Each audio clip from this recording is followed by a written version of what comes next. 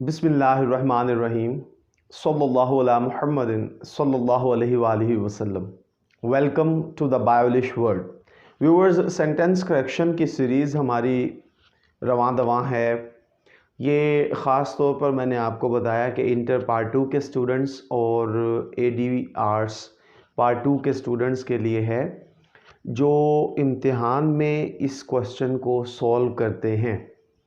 लेकिन व्यूवर्स, ये करेक्शन के वो रूल्स हैं जो हर एक इंग्लिश लैंग्वेज लर्नर को मालूम होने चाहिए, क्योंकि वो अक्सर व बेशतर ये गलतियां दोहराता है जब कभी वो लिख रहा हो या फिर बोल रहा हो। तो व्यूवर्स, पूरे लेक्चर को एंड तक देखिए ताकि आपका कोई भी रूल जो है वो मिस ना हो। और लेक्चर शुरू करने से पहले व्यूवर्स, मेरी आप लोगों से दरख्वास्त है, द बायोलिश वर्ल्ड को सब्सक्राइब कर लीजिए, घंटी के बटन को प्रेस कर दीजिए ताकि हमारी नई आने वाली वीडियोस के नोटिफिकेशन आपको मौसूल होते रहें। तो व्यूवर्स, अब हम चलते हैं अपने लेक्चर की तरफ। आज हम लोगों ने रूल नंबर 26 डिस्कस करना है व्यूवर्स। अच्छा, अब व्यूवर्स, इसमें आप ज़रा तवज्जो दीजिए। एक लफ्ज़ है फ्रूट। अक्सर हम ये क्या करते हैं जी, रोज़ाना की बुनियाद पर अपने घर में इन्हें लाकर खाते हैं। लेकिन व्यूवर्स, अब टेक्निकल बात ये है कि हम जब भी इसको अपनी अंग्रेज़ी बोलते हुए या लिखते हुए इस्तेमाल करेंगे तो एक बात का हमने ख्याल रखना है कि जब भी फ्रूट, फल जो खाने के लिए इस्तेमाल हो, यानी कि फ्रूट फल के लिए इस्तेमाल हो, ये व्यूवर्स हमेशा सिंगुलर इस्तेमाल होता है। अब ये जहन में रखिए, सिंगुलर से क्या मुराद है। मैं कहता हूं जी, आई बॉट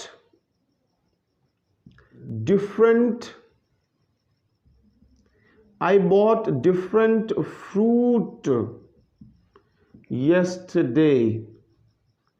अब व्यूवर्स ज़रा नोट कीजिए, मुख्तलिफ मैंने क्या है जी, फल ख़रीदे कल। मैंने यहाँ पर फ्रूट लिखा है, फ्रूट्स नहीं लिखा। अब ये चीज़, यही पॉइंट समझना है कि आपने जब फ्रूट से मुराद फल होगा तो आप उसको फ्रूट्स नहीं करेंगे, चाहे 10 फल ही क्यों ना हो। यानी कि आई लाइक मैनी फ्रूट। देखें, आई लाइक मैनी फ्रूट। आप फ्रूट्स नहीं कहेंगे, क्योंकि अंग्रेजी ज़ुबान में खाने वाला फल जो होता है उसकी जमा भी फ्रूट ही है। और आप अगर देखें तो हर कोई, हम में से तकरीबन 90% लोग जो हैं वो ये गलती कर रहे होते हैं, पढ़ते हैं जी फ्रूट्स नेम, ठीक है। इसी तरीके से हम जो हैं जब भी फलों का जिक्र करते हैं तो व्यूअर्स हम फ्रूट्स बोलते हैं, जो कि गलत है। अब फ्रूट्स कहाँ आना है वो ज़रा नोट फरमा लीजिए। फ्रूट्स वर्ड होता है मेहनत का फल। मेहनत का फल व्यूअर्स, जिसे हम समर भी बोलते हैं, मेहनत का फल, ये फ्रूट्स की सेंस में आता है, ठीक है जी। He achieved fruits of his labour, ठीक है जी। He achieved the fruits of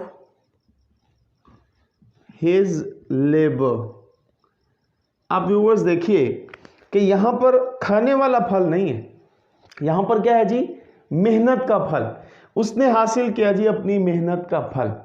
तो जब भी मेहनत का फल समर की बात होगी तो फिर व्यूअर्स क्या आएगा, फ्रूट्स। और जब खाने वाला फल जिसे आप खाते हैं हम, वो जब भी आएगा वो हमेशा सिंगुलर आएगा, यानी कि विदाउट एस इस्तेमाल होगा। तो मैं उम्मीद करता हूँ व्यूअर्स, अब इस रूल में हम आइंदा कोई गलती नहीं करेंगे। अब हम बढ़ते हैं व्यूअर्स नेक्स्ट रूल की तरफ। जी viewers, rule number 27। Rule number 27 जो है व्यूअर्स, वो है जी पीपल। पीपल जो है ना व्यूअर्स, ये हमेशा पीपल ही आता है। अच्छा, अब ज़रा नोट कीजिए, ये होता प्लूरल है, ठीक है जी, लेकिन इसके साथ एस का इजाफा नहीं होता। अक्सर स्टूडेंट्स की जो है ना ये गलती देखने में आती है कि वो क्या करते हैं जी, पीपल को वो सिंगुलर ले लेते हैं और जब ज़्यादा लोगों से मुराद हो तो तब वो क्या करते हैं, पीपल के साथ एस लगा देते हैं। तो जब हमारी मुराद पीपल हो, यानी कि ये एज अ कलेक्टिव नाउन आया हो, तब हम व्यूवर्स इसके साथ एस का इजाफा नहीं करते। The people have come to see the match। अब ये देखें व्यूवर्स, पीपल्स नहीं किया हमने, ठीक है, और इसके बाद देखें वर्ब क्या है, प्लूरल। बस अब ये चीज़ आपने जहन में रखनी है कि पीपल सिंगुलर ही आना होता है, यानी सिंगुलर से मुराद इसके साथ एस का इजाफा हम नहीं कर सकते, और इसके साथ वर्ब जो है वो हमेशा प्लूरल आएगा। अब व्यूवर्स, जब अफराद हमारी मुराद हो ना, तो अगर कोई पीपल्स लिख दे तो वो क्या होगा, गलत होगा। लेकिन व्यूवर्स, पीपल्स जो है ना, ये अगर आप कहीं पर देखें कि लिखा हुआ है, तो आपने सबसे पहले उस जुमले को पढ़ना है, उसका कंसेप्ट लेना है कि ये उसने पीपल्स किस के लिए इस्तेमाल किया। क्योंकि पीपल्स जो है ना वो कौमों के लिए, कौमें, मुख्तलिफ कौमें जो है ना उनके लिए इस्तेमाल होता है, नेशंस, ठीक है, डिफरेंट नेशंस के लिए हम क्या करते हैं, पीपल्स का वर्ड इस्तेमाल करते हैं। For example, the peoples of the world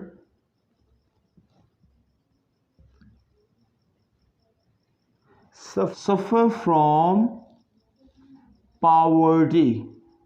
अब ये देखें, यहां पर व्यूअर्स पीपल्स आया हुआ है, तो इसका मतलब क्या है जी, कौमें, ठीक है जी, यानी कि दुनिया की जो मुख्तलिफ कौमें हैं या दुनिया की तमाम अक़वाम जो हैं वो क्या कर रही हैं जी, गुर्बत का सामना कर रही हैं। तो अब यहाँ पर इस रूल में आपने क्या समझा कि पीपल जो है ये एक कलेक्टिव नाउन है, इसके साथ एस का इस्तेमाल नहीं होता जब इससे मुराद अफराद, लोग हों, और व्यूवर्स इसके बाद वर्ब जो है वो प्लूरल इस्तेमाल होता है। उसकी एग्जांपल हमने ये देखी, ये देखें, द पीपल। अब यहाँ पर ज़्यादा लोग हैं, हम पीपल्स नहीं कर सकते और हम इसके बाद वर्ब प्लूरल देंगे।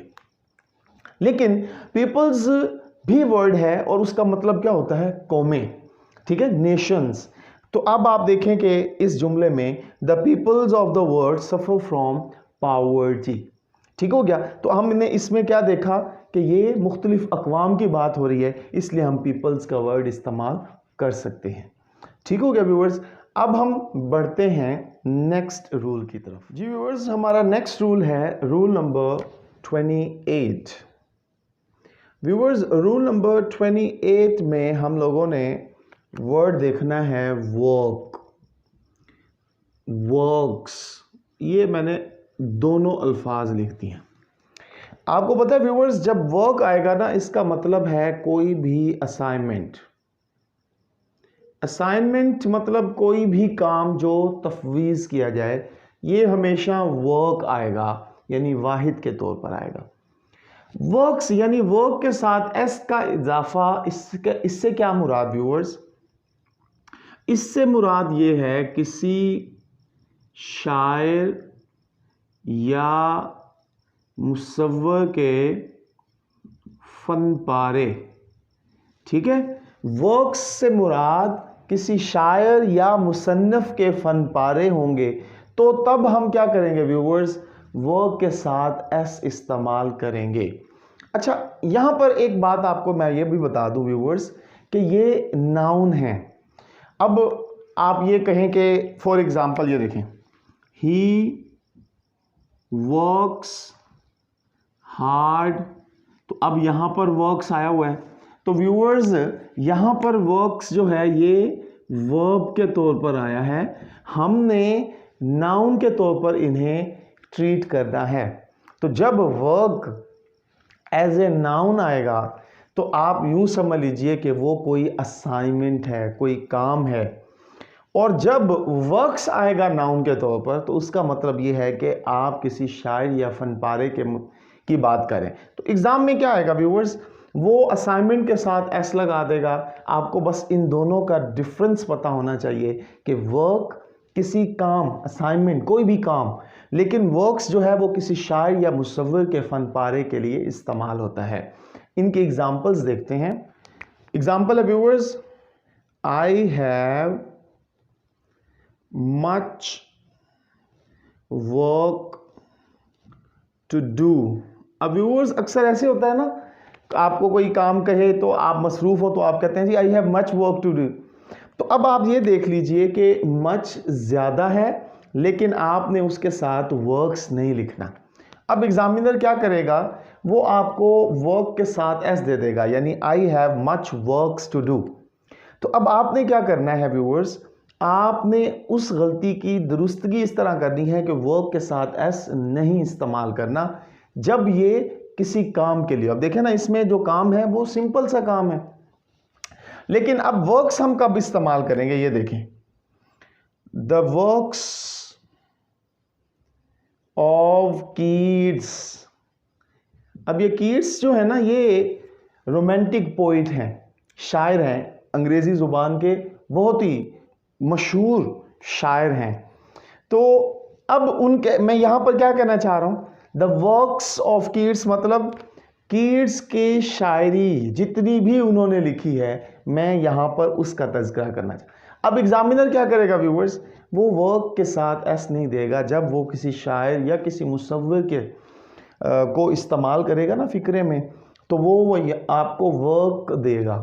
तो आपने बस ये ज़हन में रखना है कि वर्क्स आएगा किसी शायर या मुसव्विर के काम के लिए, फन पारे मतलब उनका काम, और वर्क जो है वो कोई असाइनमेंट, कोई काम सिंपल सा।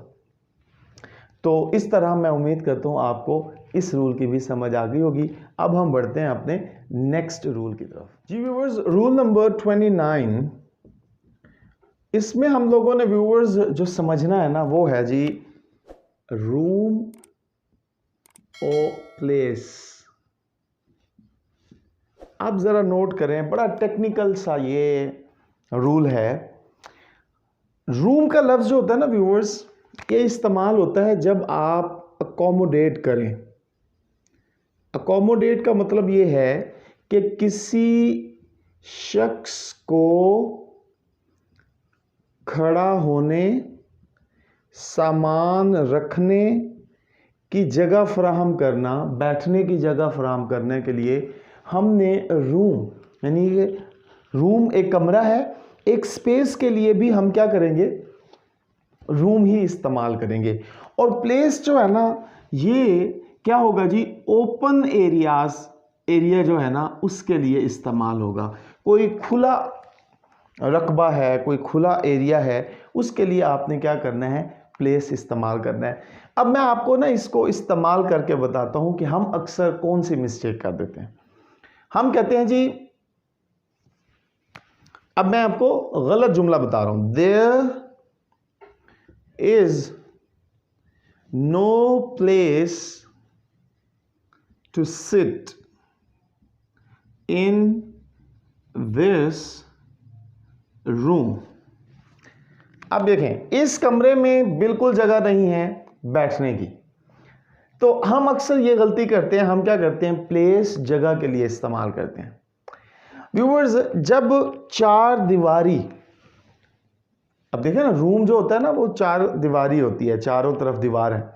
जब चार दीवारी का जिक्र होगा तब व्यूअर्स आप कभी भी प्लेस इस्तेमाल नहीं कर सकते जगह के लिए। ये किसी शख्स को खड़ा होने, बैठने, सामान रखने के लिए आप इस्तेमाल करें।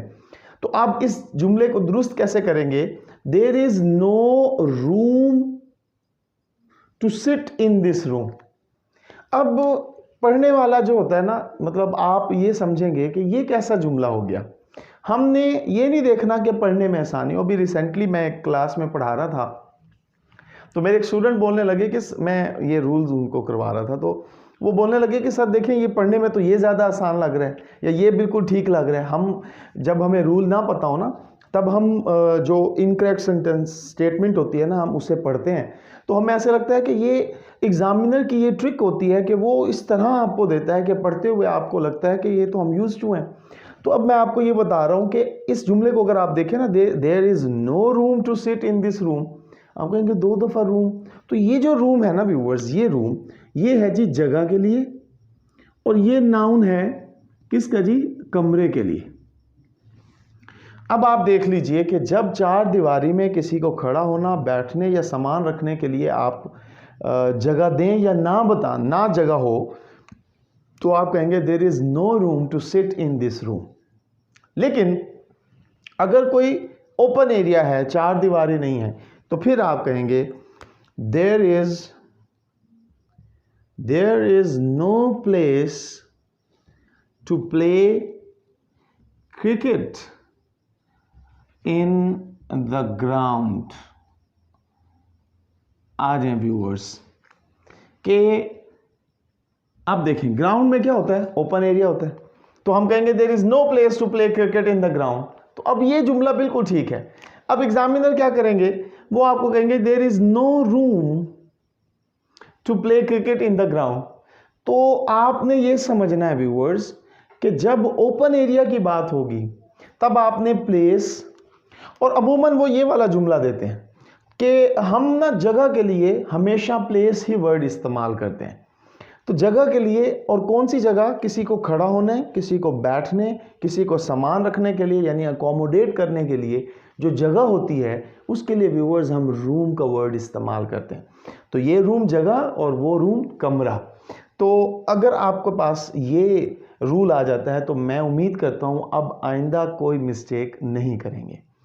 नेक्स्ट रूल की तरफ बढ़ते हैं जो हमारा लास्ट रूल है जी व्यूअर्स, रूल नंबर 30। अब रूल नंबर 30 में हमने क्या देखना है, बड़ा ही अहम पोर्शन है, फैमिली मेंबर या मेंबर्स कह लें। अब व्यूअर्स इंग्लिश लैंग्वेज में ये लफ्ज़ एग्जिस्ट ही नहीं करता। हम अक्सर कहते हैं जी ये हमारे फैमिली मेंबर हैं जी, हम फैमिली मेंबर्स जो है ना लंच पे गए, हम फैमिली मेंबर्स हाई टी पर गए, हम फैमिली मेंबर्स डिनर पर गए जी, हम फैमिली मेंबर्स एक ही गाड़ी में पूरे आ जाते हैं। ठीक हो गया। तो इस तरह के जुमले हम अक्सर इस्तेमाल करते हैं व्यूअर्स, ये गलती होती है। अंग्रेज़ी ज़ुबान में तो फैमिली मेंबर वर्ड ही नहीं है। क्या वर्ड है ज़रा मुलाहिजा फरमाएं, we are 8 members of the family। ठीक है, अब जरा नोट करें, वर्ड क्या है जी, members of the family। family member is not a word in English dictionary। अंग्रेजी लुगत में फैमिली मेंबर वर्ड ही नहीं है। अगर हम इसको इस्तेमाल करते हैं तो हम गलत इस्तेमाल करते हैं। हम क्या करेंगे अब, मेंबर्स ऑफ द फैमिली या member of the family, 4 members of the family visited his school. अब ठीक हो गया। अगर हम ये करें 4 family members visited his school तो गलत हो जाएगा। तो अब आपने क्या समझा कि फैमिली मेंबर वर्ड नहीं है, फैमिली मेंबर्स वर्ड नहीं है। ये जब भी आएगा कैसे आएगा जी, मेंबर्स ऑफ द फैमिली, तो फिर जुमला ठीक होगा। अब एग्जामिनर आपको क्या करेंगे जी, एग्जामिनर आपको फैमिली मेंबर या फैमिली मेंबर्स के तौर पर वर्ड देंगे और आपने उसे मेंबर्स ऑफ द फैमिली या मेंबर ऑफ द फैमिली के तौर पर चेंज करना है। ठीक हो गया। तो मैं उम्मीद करता हूँ कि ये जो 5 रूल्स हमने डिस्कस किए हैं व्यूअर्स, अब मज़ीद इसमें हम कभी भी गलती नहीं करेंगे। पेपर पॉइंट ऑफ व्यू की बात रही तो हम इनमें से अगर कोई रूल आ जाता है तो हम पूरे नंबर हासिल कर लेंगे। ठीक है। और अगर हम इसे फ्यूचर में अपनी प्रैक्टिकल लाइफ में जब भी कभी बोल रहे हैं अंग्रेज़ी या लिख रहे हैं तो हम ये 5 गलतियां तो नहीं दोहराएंगे। मज़ीद कोई सवाल हो तो व्यूअर्स कमेंट बॉक्स में मुझे कीजिएगा। खुश रहें, खुशियाँ बांटें, अपना ख्याल रखें, पाकिस्तान का ख्याल रखें। अल्लाह हाफिज़ व नासिर।